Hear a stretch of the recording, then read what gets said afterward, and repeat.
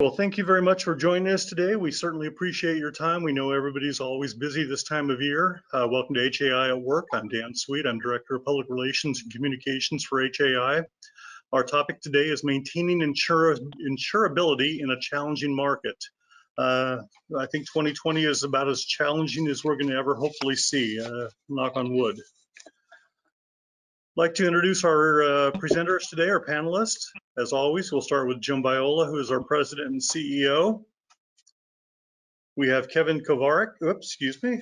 Kevin, it's going the wrong way. There we go. Kevin Kovarik, who is the Senior Vice President for Underwriting, Rotary Wing Business Line Manager for the United States Aircraft Insurance Group. I think most of us know them as USAIG. And Kevin is also a member of the HAI Safety Working Group. I'd like to welcome Joel Heining, who is the Sales Executive Broker for Assured Partners. And Joel is also an H-60 former U.S. Army pilot. We have David Watkins, who is the Regional Head of General Aviation for North America for Allianz. And we have Colin Bruno, who is the Senior Vice President, Senior Underwriting for Global Aerospace. As always, we invite you to ask questions throughout the webinar. There should be a question module in the control panel on the side of your screen. Please open that up and type in your question. We will be able to see who you are. We'd like to acknowledge your questions when we can. We certainly welcome many of you back.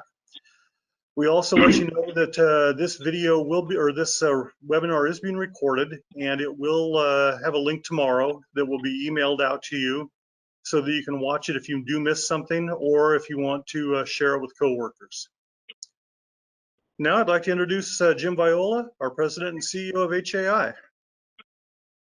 Good morning and good afternoon to those around the world. We've got, I think, over 21 countries again signed in today. We appreciate everybody coming in, and thanks for the feedback as to what it is we can provide that you need to keep you going. So it might be a little cliche by now, but insurance is one of those products that we all need.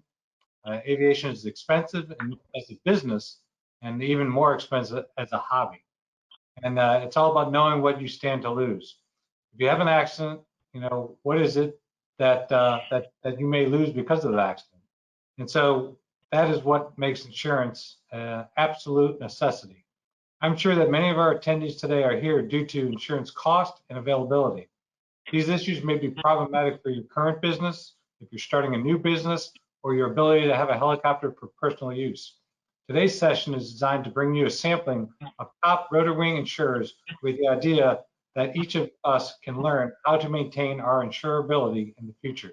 It is important that due to the antitrust and anti-collusion laws that we do not engage today's panelists with individual questions or scenarios regarding why your specific rate or coverage has been altered.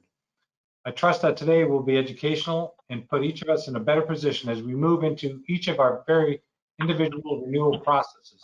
A few points you may consider as our panelists make their presentations. Do you know who your broker and underwriter are? I mean, ideally, you've done a little research to help you today. Do I advocate for myself? So do you actually do the advocation, or do you go along with what the broker has done or recommends to you?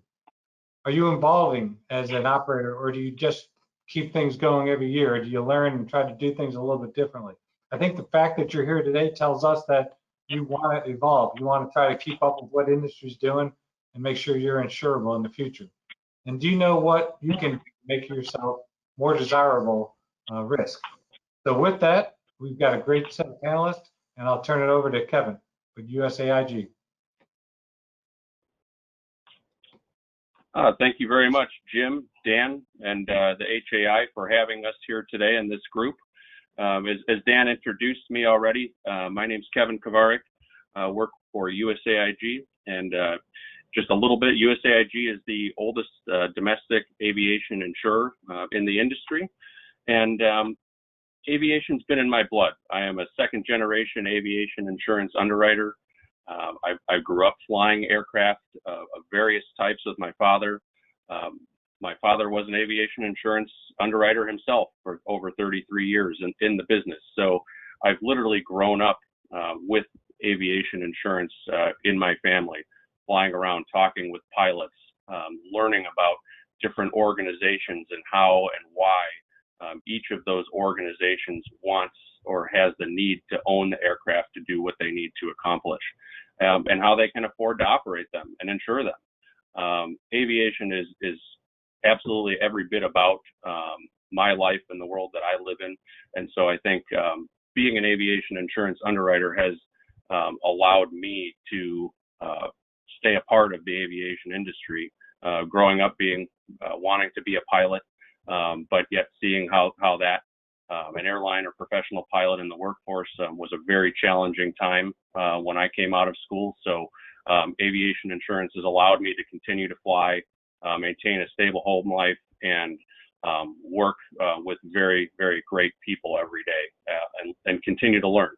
We as underwriters will always continually be learning in a field that we all very much enjoy. So now that you know just a snapshot about me, we'll get to talking about aviation insurance and rotor wings specifically. Again, as Jim mentioned, we'll avoid any very specific discussion on rates or coverage today, but our goal as this group is to provide you some tools as you enter your own aviation insurance renewal, thinking about how you can advocate and maintain insurability for yourselves and your organization. So please interact with us. We have a great panel today to answer all your questions, and so we can see the questions as they come in, so we'll be prepared to answer and address as many of those as we possibly can. To start off today, we're in what's called a hard market. A hard market, and a very simplistic version, is one where coverages are being reduced and premiums are on the rise. And as Dan and Jim both said, that's a major reason why I'm sure many of you are here today. A soft market is exactly the opposite.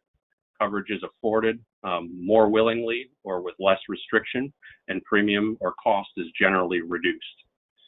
Today's hard market comes in on the heels of one of the longest, if not the longest, soft market in the aviation insurance industry. So that's further exasperating the amount of change that's needed right now in the market. Insurance in general is a very cyclical market, and we will not remain in a hard market or a soft market forever. So the market is in a constant state of flux, and results in these various market conditions will vary based on the time and the state. So today's marketplace is further hardened right now by companies or insurers deciding or realigning what their appetite may be.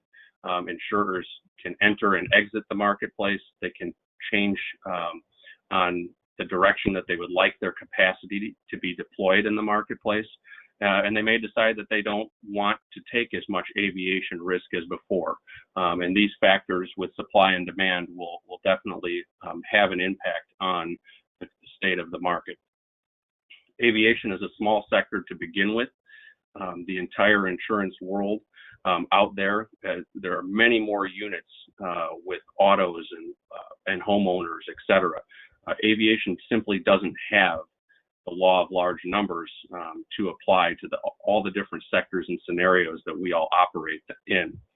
And further, with rotorcraft specifically, if you can think about doing it with a helicopter, someone has probably tried to do it. And so we have corporate use, construction, agricultural, pleasure and business, offshore oil and gas, tourism, executive transport. So our job as underwriters is going to be to try to differentiate each one of those sectors while trying to maintain a profitability for each and all of us. So the total estimated insurance premium in insurance as a whole is approximately $800 billion, with aviation insurance falling somewhere between 4 and 5 billion of that total 800 billion. So when we think about that for a minute, that's approximately half of 1% of the entire insurance marketplace. So we're gathered here today, all trying to talk about and figure out how we can maintain profitability, maintain insurability for 1/2 of 1% of the total marketplace. So from 2019 to present day, we can pull out data that shows us about 24 or 24 aviation losses that are larger than normal, is what we'll say, or expected. Those 24 losses, some of which are rotor wing, about a quarter of them were rotor wing, coupled with the Boeing loss, making this number 25. The first 24 losses represent roughly $3.5 billion in loss activity for the aviation insurance marketplace. So $3.5 billion in 24 single events. Now we bring in Boeing on top of that, which again, Boeing's part of that 4 and 5 billion number that we talked about earlier. The Boeing loss is already well in excess of $1 billion, and the insurance marketplace has now just recently posted a reserve increase of an additional $250 million, which a reserve is monies that insurers place aside in an account to pay expected or anticipated losses associated with a risk. So the Boeing loss continues to evolve and change and grow and affect the industry as well. So what we're trying to illustrate here is that just in the last 24 months, or even less than 24 months, we've already seen in these handful of losses well in excess of $4.75 billion of loss. What that means to you as operators that aren't in that group is that any loss that's sustained outside of that, whether it be rotor wash claims, bird strikes, FOD, whatever it may be, the entire insurance premium or monies collected by companies to pay these losses, that's already been spent. So we're entering into a time where insurers have spent more money than they have brought in. And again, that leads back to one of the main reasons that we're in the hard market today, while insurers try to rebuild or get monies back in reserve to pay for the next soft market and major losses that come. So today, our panel joining us here to specifically discuss rotor wing, as Dan Sweet introduced earlier, are some of the major players in the rotor wing marketplace. Each play an active and integral role in evaluating rotor wing risk on a daily basis. I'm going to ask each of our panelists to come online one at a time, introduce themselves, their role, and how they've entered into the aviation insurance business and why they enjoy what they do. And at first, we'll start with Mr. Joel Heining. Hey, thanks, Kevin. Thanks for the nice foundation to our industry. Good afternoon, everybody. My name is Joel Heining. As Kevin mentioned, I am on the broker side of the insurance panel here and work for Assured Partners Aerospace out of our Colorado office. And been with the company just over 10 years. Served in the aviation industry for about 18 years total. And prior to that, served in the United States Army, commissioned officer and helicopter pilot. Had a passion for aviation all my life. At a young age that I knew I wanted to be a pilot, and got the fortunate opportunity to go to a great collegiate program. Some of you out there might be aware of it. Some of you go to the other school, but I'm a graduate of the University of North Dakota in the early 90s. Grateful to be a part of this panel today, alongside a very well-versed group of aviation underwriters, subject matter experts, and make myself available for the greater helicopter industry as we face the challenges of this hard market, insurance market together. Thank you, HAI, for having me aboard today, and please let me introduce Colin Bruno.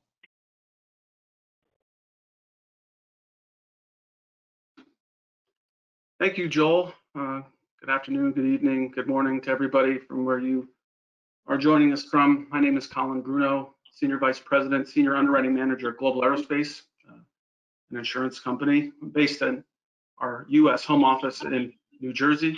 And I'm responsible for overseeing our complex risks underwriting portfolio, which is comprised of a variety of different account profiles, but mainly commercial helicopter risks. So certainly this panel is very appropriate for my responsibilities.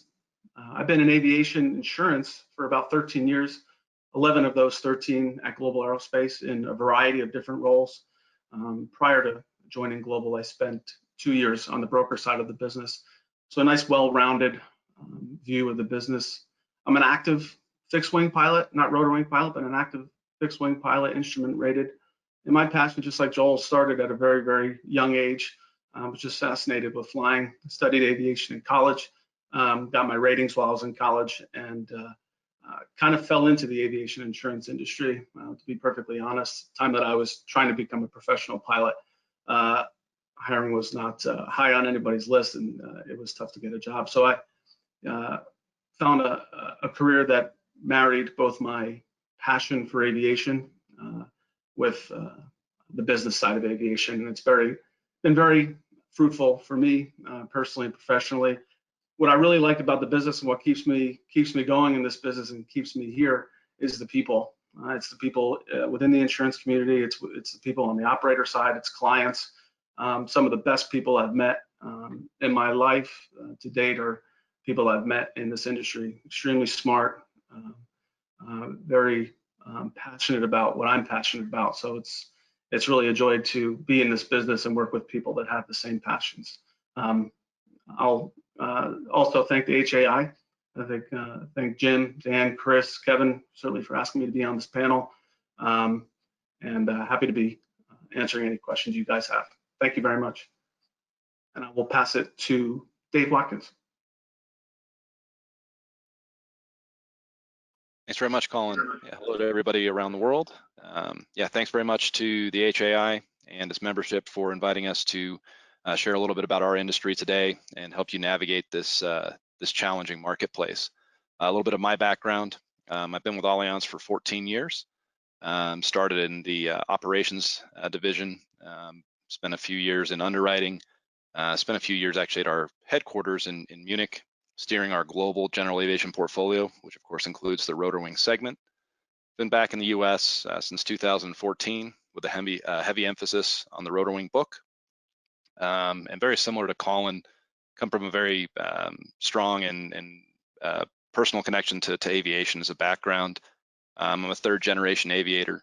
My grandfather flew B-52s in the Air Force. Both of my parents were pilots. I actually had an uncle in the RAF that flew F-4s, so grew up with aviation in my blood. Spent my younger years in the back of a Navajo and later a turbine commander. So a strong passion for aviation, and like Colin, was fortunate enough to translate my aviation education and my aviation degree into an insurance role. Sometimes the insurance industry is referred to as a pilot's graveyard. Like Colin, I had plans and aspirations to be a pro pilot. Timing didn't work out for that when I finished up my aviation degree. But that did launch me into a career where I've been able to see a very diverse side of aviation, and rotor wing's a big part of that. So happy to be part of this panel. Very much looking forward to, and to Kevin's point, encouraging questions. We can't answer anything specific about your program or your specific coverage or rates, but in terms of giving you the tools you need to help make your risk attractive to insurers and things to look for, helpful tips, we're here for that. And we do strongly encourage questions. So thank you to the HAI, the safety committee, and its membership for having me, and look forward to this discussion. I'll hand it back to Kevin.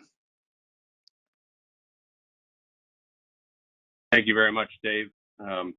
Joel, let's start off today. If you could briefly explain for our audience here what the role is of an aviation insurance broker. What does a glimpse in the life of an aviation broker look like? And then I will take the underwriter portion of that, and then we will roll into our group discussion. Well, it's the funnest job out of all of us here on this panel, I think, especially during the hard market.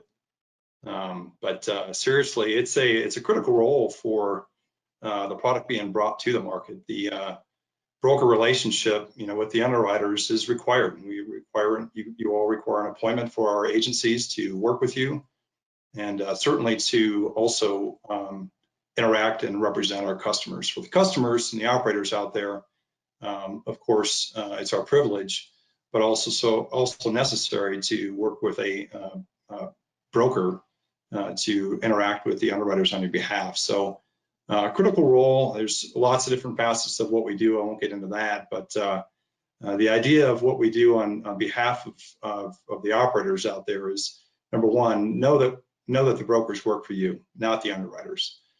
We have to work with the underwriters, and certainly that makes us somewhat of a chameleon, if that's the right term to use here. But The reality is that I look at this business as the relationships with the trading partners here, our underwriters, are every bit as critical, if not more critical, than the relationships we have out in the community of operators out there. And the reason I say that is because there are very few. The pool of underwriters rests, between 8 and 14 in the helicopter industry here in the United States. And with that being said, it's important that we continue to manage our relationships with all of them, and that factor into just broad representation from your broker is important. And if you don't know that, I think Jim actually brought it up in the opening line here, that if you don't know who your broker is or who they have access to, it's important that you ask that question.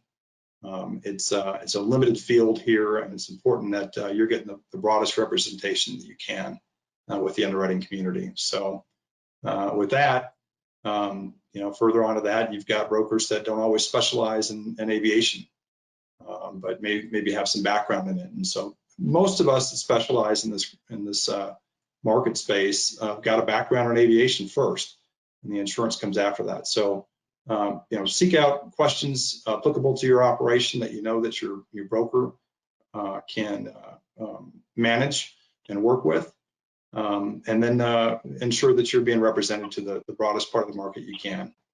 Our job is more than just taking a piece of paper at renewal with your pilot information, your background, and then send it to the underwriters via email. The way I look at it, it's the second and third dimension of brokering or underwriting, is to paint the brightest picture. So where it might be black and white with the sheets of paper, we introduce the underwriters in person, over the phone, at a convention, at a trade show. Make the personal relationships with the underwriter, and that'd be the second thing that I'd say is important. I know the underwriters don't have an opportunity to meet with 100% of their clients, but especially in this commercial helicopter business, it's important to make headway, to have a relationship personally with your underwriter. Know who they are, sit down, break bread, talk about your operations, because that understanding of who you are, your judgment, your decision making, on top of the training, the culture, all that kind of thing, you just can't take from a piece of paper. So it's important that you ask your broker to facilitate that one-on-one relationship if you haven't been able to in the past. And then the final things here, I would just say that it's a difficult time here. We're going to talk about training and timing of submissions and things like that. But that the importance of choosing these partnerships is critical. The trust factors are even more critical. And so, when the industry that we're in as insurance can be treated as a commodity, it's very important that it's not deemed that way in what we do. These relationships with the underwriters through your broker facilitation is very critical. And it's not treated like a commodity or a short-term gain for a lower premium one year. Ride the course. If the fit isn't there, if the understanding, the relationship isn't there, then look to making a change. But the important thing is that you've got facilitated communication directly with your underwriters and to best represent your organization overall.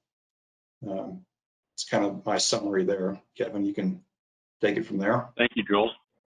Thank you, Joel. Appreciate that. And from an underwriting perspective, we have two sets of customers: the brokers and the end user or the operator. So I think Joel said it very well. I think this is still a very much relationship-driven business. So it's important that we know who you are, you know who we are, and I think the job of an underwriter is, number one, we need to be educated in the field for the products that we're insuring. We need to be able to understand what it is you do in your business and why it is you do what you do.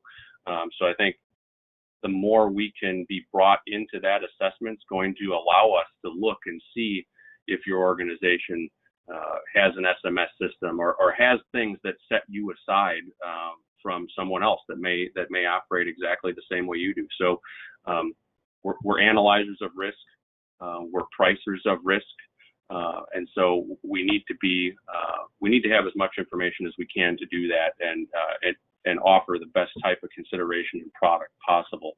So that comes from the broker and from you to help us do that. But that's a very simplistic view of an underwriter. We have many different types of criteria that we will look at when it comes to evaluating risk. But we will evaluate the risk and price the risk accordingly, and then work through that negotiation process with your broker as your advocate. So if I can invite the rest of the panelists to turn your cameras on at this time, and please join me. Colin, if you could start us off today and just with the beginning of the renewal process and what it is that we as an underwriting community want to see to get things kicked off. Sure, Kevin, we'll be happy to. And I think time is maybe more the more underestimated pieces of the insurance renewal process, the insurance process in general. I think you guys both hit on it very well, so I won't be too redundant, but I think the investment in time with your underwriters and your broker is extremely important. The brokers do a tremendous job of getting the underwriters a comprehensive submission with all the information that we need, that we want. They know what information we're looking for, and so generally it's in there. But I don't think there's any replacement for face-to-face interaction, or sitting in somebody's office and hearing directly about the company, visiting a base, walking around. I think it's extremely beneficial, and I think it obviously cannot be done on paper, because I think I can speak from experience. There's things that are on the submission, but if you're walking around a location, there's a lot of other things, good things that underwriters can take away. So I think the investment in that time, having underwriters come to a client insured's location, is extremely meaningful. It's certainly meaningful for existing insurers. So for insurers that are existing or on your placement already, in a way, it's a revalidation of their decision to be insuring you or an operator. And I think for an insurance company that is not participating on a placement or doesn't insure you or an operator, it's almost imperative for them to make their underwriting decision, to physically see the operation, hear your people, hear the people, and hear what they have to say, get a sense of the culture, see how people are working as you're walking around, kind of get feedback from them. Obviously, an in-person visit, especially with COVID, obviously the exception, nobody's traveling, but an in-person meeting is not always feasible, it's not always practical. But I think, as Joel mentioned, I think carving out some time at the HAI in particular, or at some other time during the year, with all the technology today, it's extremely easy to schedule a Zoom or a Teams meeting, and just talk with the underwriters, and have the underwriters give the underwriters the ability to talk to the operators and ask them questions, because it allows the underwriters to ask their questions, right? Anything that's really pressing, anything they're concerned about, they can ask those questions. But maybe more importantly, from the operator side, it gives the operator the opportunity, at direction of the broker, in terms of the types of questions that they may want to ask, gives the operator and the client an opportunity to talk directly with the underwriters and hear what they have to say. What's on our mind? What's concerning us? Why things are happening the way they're, why are they seeing certain things, and how does that affect the overall insurance? So it's very valuable use of time to spend, both for us and the underwriters, spending with the clients, and then the other way around, the clients getting to know us and building that relationship. I think when we look to the insurance renewal process, timing is very critical as well. The clock starts ticking, and again, brokers work well in advance, several months in advance, getting information to underwriters, and that's not by accident. They get the information to the underwriters as soon as possible, within a reasonable amount of time, so we can assess the risk, right? I mean, underwriters need to dive into it, look at the risk, understand what we're dealing with, evaluate it, maybe ask some more questions. Maybe there's some questions that we didn't get answered if we were at a physical location, or maybe there's some things that we just didn't brush up on or mention while we were face to face or in a different time. So that takes time to go back and forth, and then ultimately, Kevin, I think you mentioned it. It takes, then we evaluate, we price, and decide whether we're going to accept the risk, price it, and then formally quote it. So there's a timeline that has to, and a process that occurs, at least from the underwriting side. I think over the last 10 to 12 years in the soft market cycle, that process was much easier. maybe less questions, and the process flowed very smoothly with not that much of an issue. Time was always important, but not maybe as critical. But then I think, as Kevin mentioned, some of the things, the challenges that we're facing, we've experienced a number of high-profile losses. Underwriting profitability has declined, and appetites are changing, and so it's not quite status quo anymore. It's not push the submission, answer a couple questions, and then you get a quote back. There's a lot more back and forth. Limits are being reduced in certain instances. Coverages are being restricted. Capacity availability is shrinking. There's not 20 or 25 insurance markets clamoring to come and insure commercial helicopter accounts at this point in time. And so it's become increasingly difficult for brokers to put the pieces, what we would call putting the pieces of the puzzle together of a complex commercial rotary or helicopter renewal together. So it takes a lot more time. And so I think if you are well out ahead of the process and give the underwriters and the broker plenty of time to work the process as it should, it'll have tremendous benefits from an insurability standpoint, and hopefully lead to a more successful renewal. And I'll just caveat that a little bit, Colin. The renewal cycle starts typically on our side with our customers 90 to 120 days out. Yeah. And so we're asking for renewal information and soliciting the marketplace, just so the group knows out there that we do not expect to have quotes, 60 to 90 days out from your renewal. It's still really, realistically, it's 30 days from your renewal date, or maybe up to 2 weeks. But I get that question a lot: is we turn our information in early? Why can't we get a quote early? In some circumstances, you can, and we can work with that if we can schedule it into the scheme of underwriting for the various underwriters. But just typically it's we end up getting quotes inside 2 to 4 weeks from your renewal. And I can expand on that as well. Part of the criticality of that timing and getting out ahead of your renewal is what Kevin mentioned earlier. We're coming out of a historically unprofitable period, not only in the aviation insurance sector, but the entire P&C insurance sector. And what that's meant specifically in the aviation world, and even more specifically in the rotor wing world, is a contraction of capacity.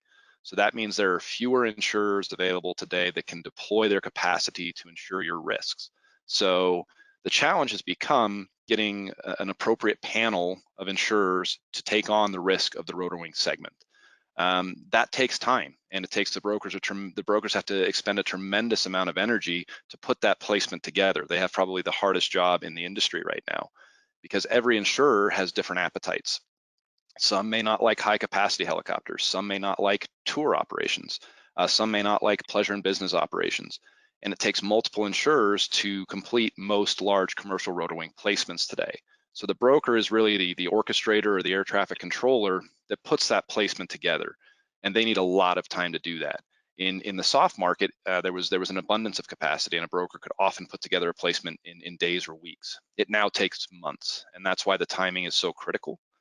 But beyond that, kind of pivoting into some of the things that we look for as insurers, we kind of want to share what we look for and how to make yourself stand out and make your risk more insurable. We kind of deem that looking for the whole package. So you've already heard from other panelists and myself that we're not looking for numbers on a page. Yes, we need your data. We need to know your schedule of aircraft. We need to know the type of operations. We need to know the qualifications and experience of your pilots. But we're looking for much more than that as insurers. And to Colin's point, that's why meetings, whether it be in person, virtual, phone call, however it's possible, is so critical to your renewal. We're looking for tangible items like things we mentioned, aircraft values, limits requested, so on and so forth. But we're really looking to get a feel for your operation. So what does that mean? Some examples are, explain your mission statement. Why are you in this industry? What is it specifically that you're offering to the industry? And why do you do it better than your competitors? So in terms of philosophy, so again, looking for mission statement, looking for things like your safety culture and philosophy. Is safety something that is built into every member of your organization through every function. When we look at an underwriting submission, we expect that any large commercial operator is going to have an SMS. You're going to have an emergency response plan. We expect those things. We want to hear more than we have a stage 4 SMS, or we just passed our stage 1 SBA audit. Those are important factors, and they do factor into the way we rate and deploy our capacity. However, we want to hear more about how it permeates your organization. The best example I can give as an underwriter, and what we certainly like to hear, are live examples of things you've learned from your SMS or your ASAP or your Focal or whatever programs you're utilizing. Are you seeing unstabilized approaches? Are you seeing descent rates that are outside of your established minimums? Are you having too many rotor wash incidents? Things not necessarily things that cause insurable losses. These aren't. Sharing that information with us in the transparency is critical, because it's not going to be used in a punitive way.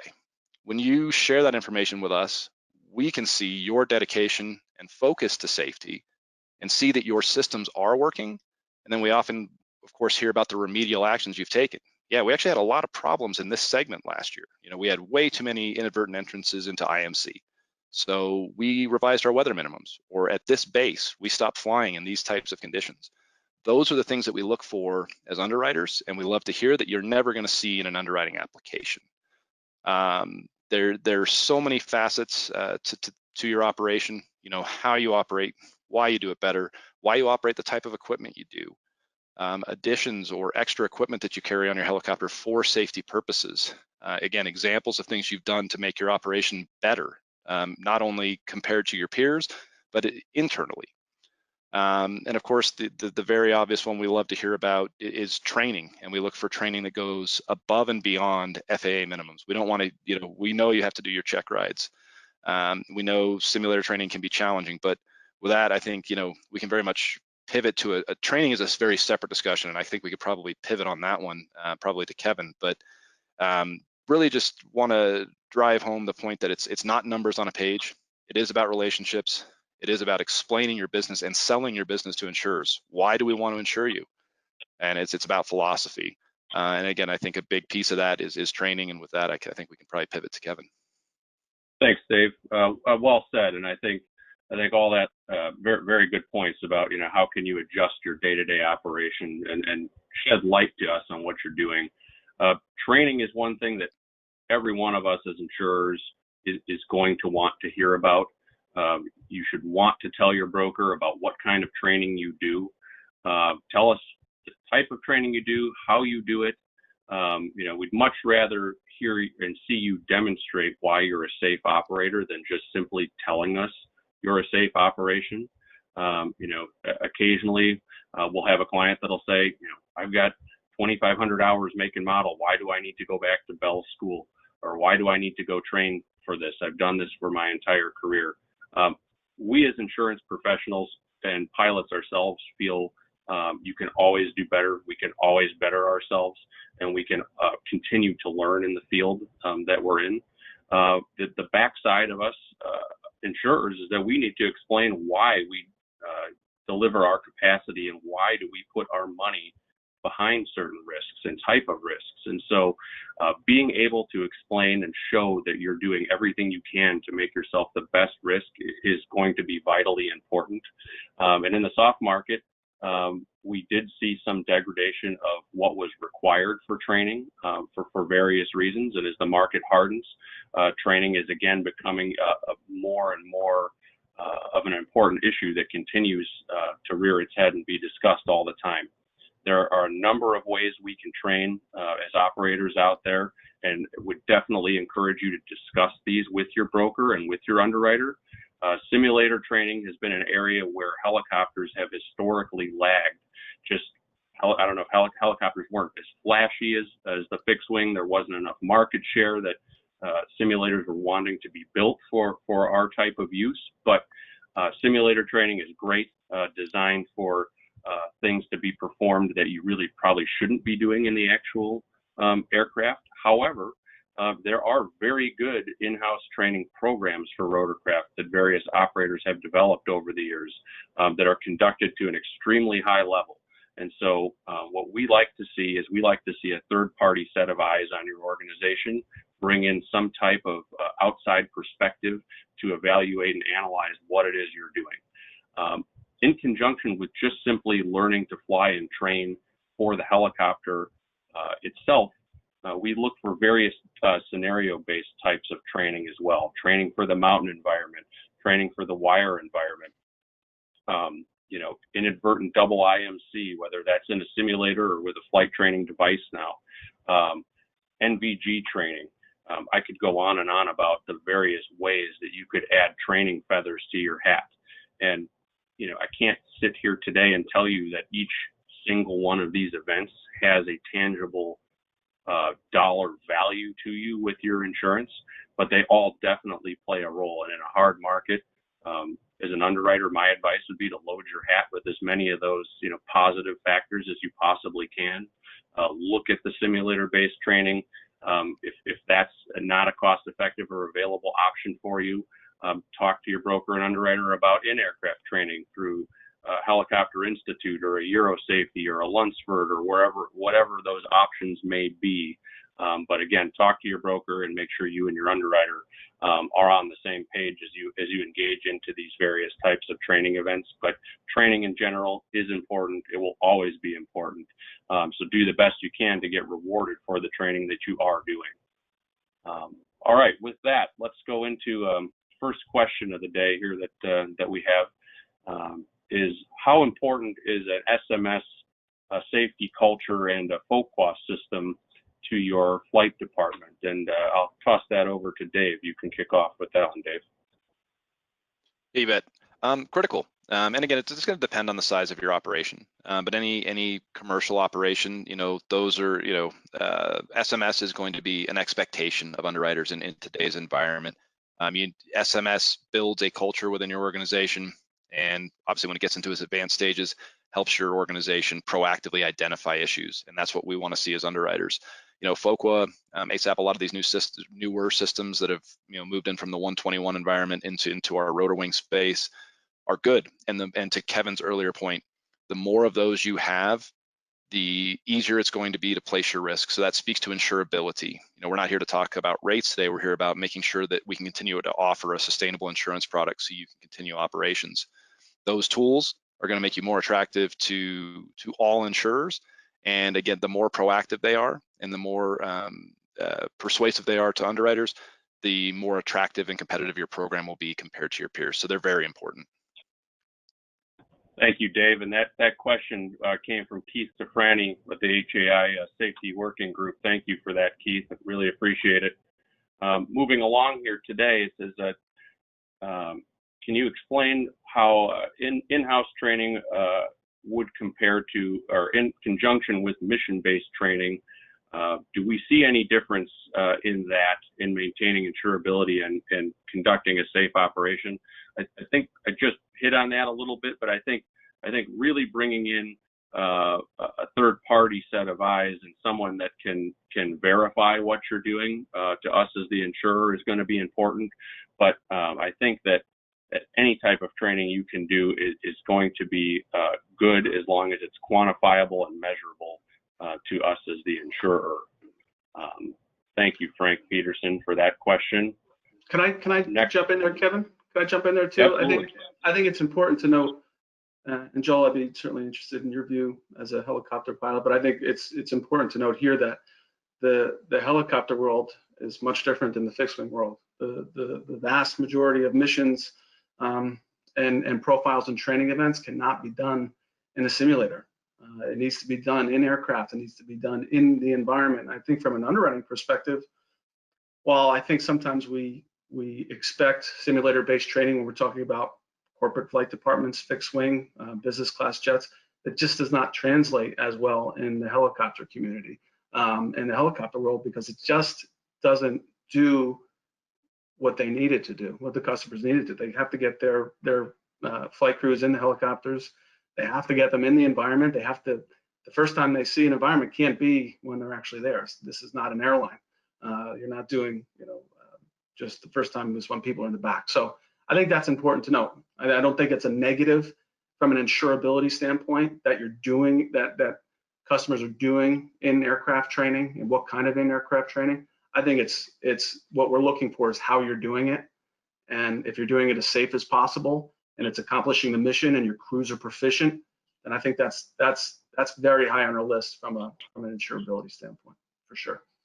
Well, I'll just add to that real quick. There is a training gap, obviously, with the rotor wing market compared to what you all look to as starting maybe at the gold standard with the airlines, then down through the fixed wing charter operations, 2-crew pro flown. Single pilot helicopter operations, completely different thing. My reference is 2-crew operations and training all the time. Every flight is a training flight. Different in the real world. In the commercial world, they're real missions all the time. So there is definitely a gap that needs to be bridged and understood more than anything, that situational training is occurring and understood from this community of people, from the operators, because we know the operators are going to train in every opportunity that they can, but most of the time that's going to be in the aircraft, not with 2-crew, but with single pilot and doing the operations that they need to do.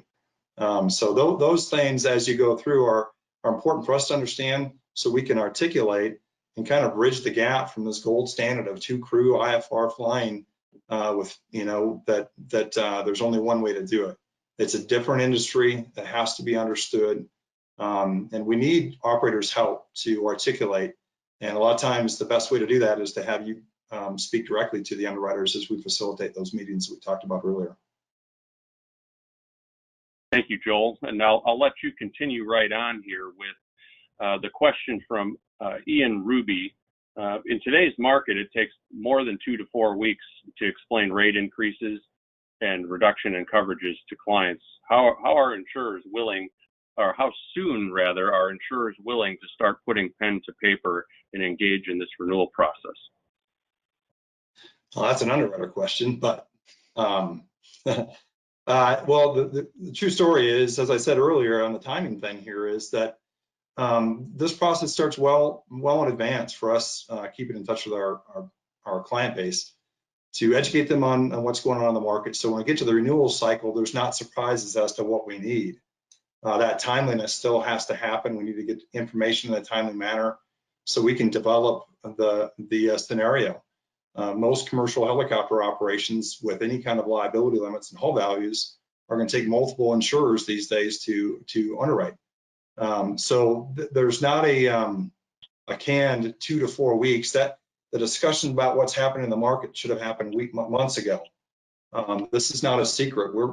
We've been in this market now for almost over 2 years, really late 2017, early 2018. So that information should have already been communicated.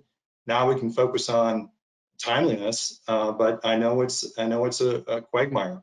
You all underwriters have their renewal schedules to deal with, which are 30 days out. So it's realistic to see quotes between 2 and 4 weeks if all the homework and the other efforts are done well in advance.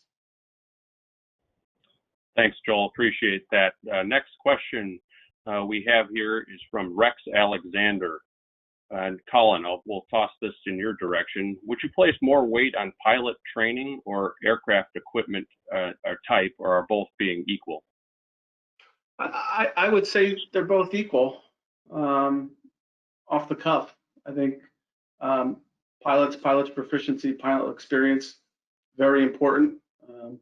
But I think also make and model, age of aircraft certainly has an effect from our standpoint. I think they go together. And I agree with that. I think they definitely go together. I think from a market or insurer standpoint, I think Colin, great point on age of aircraft, supportability. What are the availability of parts? What are parts going to cost, or are they going to be available to allow us as your insurer to repair an aircraft should you have an incident with it? And I think on the pilot side, the make and model time and the way you train your pilots and the type of pilot you have on staff is going to be very important. And one of the things that we haven't talked about yet today is continuity. And so I think having a pool of pilots or a group of pilots, do you have a transition plan as pilots become seasoned and retire and new pilots come into your organization. I think that this is something we look at all the time, is that when we like to form a future and a relationship with a client, all of us, I think, can agree on this call today that we don't want to engage in a relationship that starts today and ends 12 months from now. That's very short-sighted, and none of us have that view. So I think being able to show some future stability or growth, or just being in business in general, will be important. And I would echo both Colin and Kevin. They're both critical components. You know, the type of aircraft and the equipment on that aircraft are critical components, but so is the training. You know, so you take, for example, a hot topic in the industry right now, crash-resistant fuel systems. That's something that's going to be critical in terms of your make and model. Did it come with it as factory equipment? And if it did not, have you retrofitted, or do you plan to? We know that has implications for you because it takes away useful payload. So we understand it impacts your business model, but it's critical for us as insurers when we analyze where the large losses in the industry have come from. So, you know, moving into how they work in concert, take a look at, you know, autopilots or IFR equipment or HUMs or things of those nature that may be aftermarket equipment that you add to your aircraft to enhance safety. Those are beneficial things if the infrastructure is there for them. If your pilots aren't IFR certified, and if you don't have an IFR route structure, and if you don't do IFR training, the IFR equipment's not particularly helpful. So you have to train to your equipment. And I think we want, you know, obviously we value seeing the investment in safety equipment, especially with things that, you know, we understand these pieces of safety equipment are expensive, and we understand they don't help you make more money. In the long run, they will. Because the safer this industry is and the fewer accidents we have, the lower your insurance rates are going to be, and the less negative press we're going to have. So just to reiterate, they do go very much together. We value the equipment as insurers, but you have to train to it. The training and equipment are equal in my view as well. Great points, Dave. You can have all the equipment in the world, but if you don't train for it and you don't know how to use it or utilize the data that you collect, really, that's what we're looking for, is demonstration on that using of that equipment and having the equipment, the combination. So thank you for that. Next question we have coming in from Mark Huber. I think I pronounced that correctly. Typically, how large does a policy have to be before multiple underwriters or firms would make the decision to go write that risk 100% or take that risk vertical? And Dave, I'll kick that back to you. Yeah, I think that's a good question for the entire group. Every underwriter is going to view that differently. So you're not going to get a single answer from any one of us. It's not necessarily about size. A single helicopter with huge limits and potentially very large passenger exposures could go vertical, where an operation, you know, take a power line patrol operation with low value helicopters and low limits, you may find an insurer who's willing to take that 100%, even though the premium is much greater than that single ship policy. So it's more about exposure than size, and things that insurers have on their minds today, high hull values. So, you know, we typically see that in the offshore segment, and some of the newer ships coming into the MS segment. So high hull values are likely going to push you vertical, and high limits are going to push you vertical. Every insurer has a different view on what a high limit is. But in general, any limit in the commercial space, 25 million or higher, is typically what's required to be viable in the commercial space. My view is most insurers are going to look to move that vertical, but there are a lot of factors, and every insurer looks at that differently. Colin, I don't know if you have a view on that. Yeah, I do. I agree with everything you said, Dave. I think something that we're certainly focused on is increasingly is high hull values with single pilot operations. That's something we're certainly more focused on. But I agree with you. I don't think it's a size issue. It's definitely an exposure issue. Certainly, when you talk about limits, when you're talking about tour, offshore, high density passenger seating versus something like an ENG or some other utility areas where the passenger exposure is fairly limited, that tends to be on one maybe a more favorable end of the spectrum in terms of horizontal versus vertical. But I think in general, most commercial helicopter accounts today, there are some few that are not, tend to be moving vertical. And I think that's just because for various reasons, but loss activity, when we talk about limits, really at any limit, I think when we looked at limits 10, 15 years ago, and you looked at 50 or 100 million, a lot of people thought that that was a huge limit. You know, and a big event couldn't touch that or breach that limit. And I think we've seen in the industry over the last 5 years a few events that reached into the 8 or 9 digit figure realm. And so I think that has insurers very cautious about how they approach a lot of these risks. So I'll throw a number out there: 5 to 10 million total exposure in today's market is when we'll start seeing vertical placements. Thank you, guys. And just for clarification to the audience or viewers here today, 100% placements where one company takes your entire risk. A vertical placement, as we've been talking about here, is where a number of companies will take a portion or a percentage of the whole risk, and Joel or your broker would go to each company and try to fill that risk to 100% to get you your policy issued. At that point, you'd receive a lead policy where your subsequent markets on the risk issue an endorsement or a following form pieces of paper to go along with your lead. So just in case we weren't, everybody didn't understand what vertical was, that's what it is getting companies to insure you up to 100% of your entire risk. Also just a note here, share. forgot about the quota, also known as quota share. Thank you. And just so everybody knows, we have about 3 minutes left in our hour. We are going to keep this open for about an additional 10 minutes to help us get to a few more of the questions here that have come in. So just wanted to let you know we will stick around here for yet a few more questions. Joel, can you please talk for a moment to our viewers here about the importance of a safety culture in an organization and what that really means, other than saying going to a meeting and having a customer say, well we're the safest in what we do, and why? Very difficult to articulate in a piece of paper, for sure. And knowing and coming from the operations world, I've lived it. So I've been a part of cultures that you just know what the chain of command in this case stands for, and the actions and support the words. The activities around the training and the safety are all supported throughout the organization, and that means vertical, beneath you, left and right, throughout the organization. It's supported, and you can walk in and you can feel that. You can't do it in a piece of paper, however. So we do know that safety culture is a question that I've been asked here recently with a group of you all the underwriters, about how that looks. And so you get a definition, but you can't feel it about a particular operator until you step into their operation. So it sells itself in the presence and the awareness of your people when you walk into the room. And I guess that's pretty vanilla.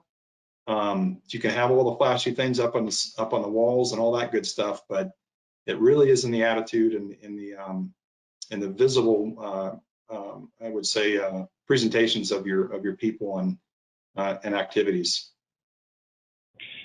I think that great points. Thank you. And I think I guess I have an example that Joel and I worked together on over a decade ago now. But Joel had a unique submission that he had sent to the marketplace. Typical average equipment that you'd expect to be operated, yet the operator himself had lower time and was going into what on paper looked to be or actually was a challenging airport environment. And so this risk had gone out to the marketplace, and rightfully so, and for a lot of reasons, insurers had all come back declined.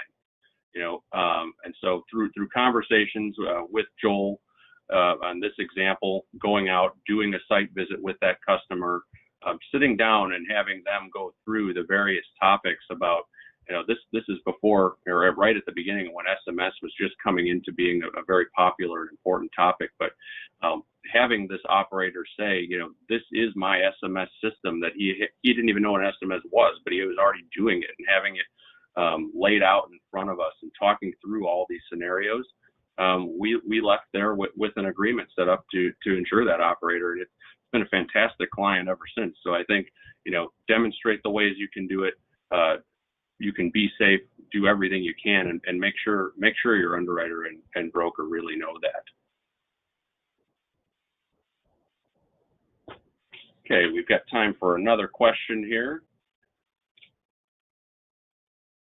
Dave, how long do we as insurers expect this hard market to last?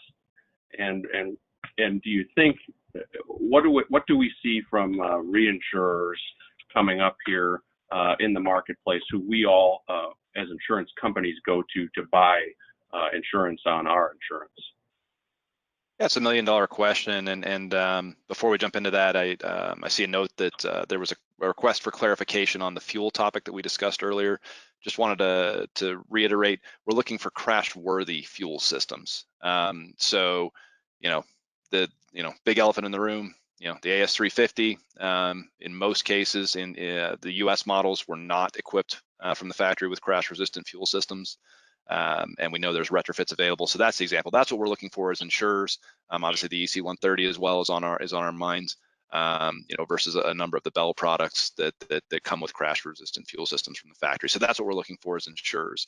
But going into Kevin's question, that's the crystal ball question that we all wish we had the answer to.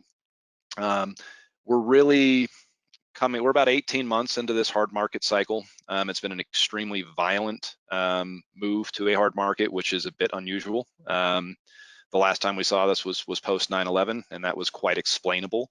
This one's a little bit harder to explain and understand, but it has to do with just aggregation of unprofitability. My view is we're gonna be in the hard market for at least another 12 months. My prediction, again, I'm crystal balling, is that we'll see some stabilization over the next 12 to 24 months.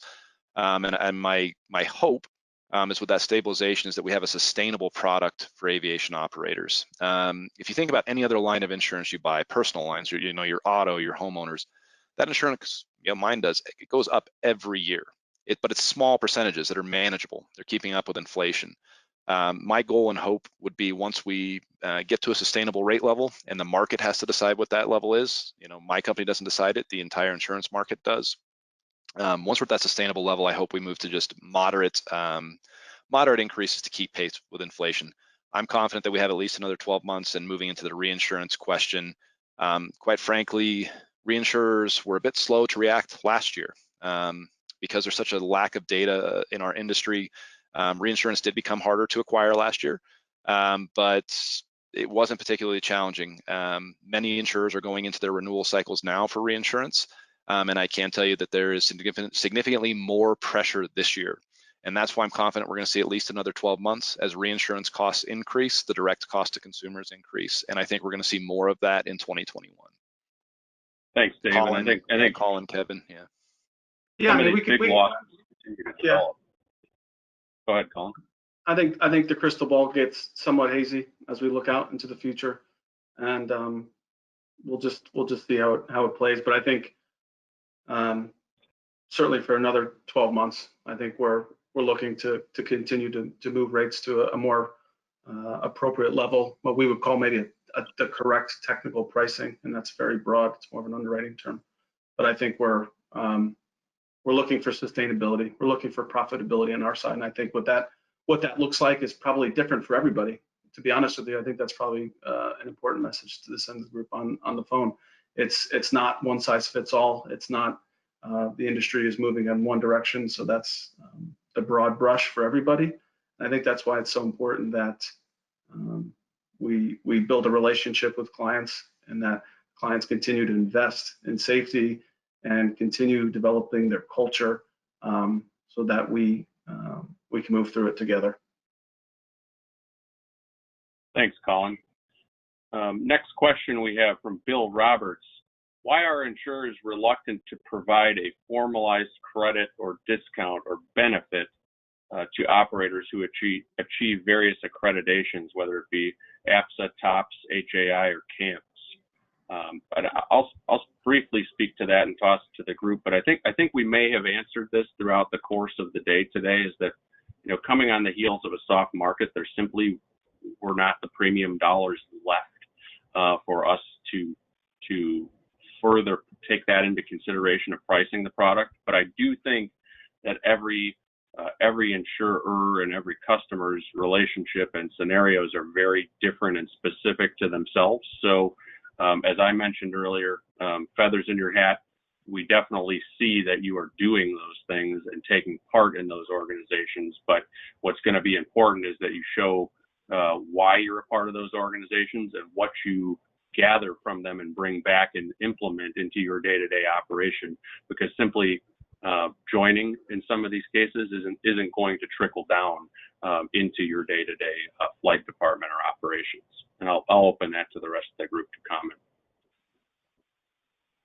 I'll just say it's probably more common to see this on the backside of a hard market where the rates are at a sustainable rate, and those that have been implemented, safety organizations, a culture and practices, different certifications and so on that can make a difference to their results as an operator. First and foremost, that we all go home at night and park our aircraft safely in the hangar. But when we can start seeing that trend and differentiating yourselves when the market can sustain, providing some of these endorsements that provide for safety credits, good experience returns, and that kind of thing, probably on the back end of this hard market. Thank you, Joel. I want to take this opportunity to say thank you to the panelists today, to Joel, Colin, Dave. Thank you for dedicating time and preparing and taking part in this with us and on behalf of the HAI. Thank you, Dan, Jim, and Chris, for this opportunity to talk to the group. We definitely have a few more questions here that we'll be happy to go through and try to provide those answers to you or reach out to you after this. But that's going to take up our time that we've allotted for you today. So we're going to turn it back over to Dan Sweet for conclusion and announcements going forward. Thank you very much, Dan, and thanks for the opportunity. Gentlemen, thank you so much. This has been just an incredibly informative webinar. I know that it looks like the attendance has been very, very, very positive, and the engagement numbers have stayed very high as well. So I think you've had everybody's attention for as long as you've been talking. Certainly appreciate your time and assistance in making our industry so much safer. And now I do have a few final things to wrap up with. Whoops, there we go in the wrong direction again. Follow-up questionnaire is coming shortly. We do ask that you take a minute or two to fill it out. It certainly helps us know what information you need for future webinars. Speaking of future webinars, next week, I think if you enjoyed today's, you're going to enjoy next week. Ask an aviation attorney. What's the opportunity? How often do you get free legal advice from aviation attorneys? That's also going to be October 1st at 4 p.m. Eastern, just like everything they normally are for us. Finally, let HAI know, what are we doing right? What are we doing wrong? What can we do differently? How can we support our members in their request to keep the rotors turning? The easiest way to do this is to reach out to Jim Viola at president@rotor.org. He sees every email that comes in. He does assign these emails to our staff for tasking. We do want to make sure that we are helping you with your business. Until next week, we ask that you fly safe, that you stay safe, and we will see you soon.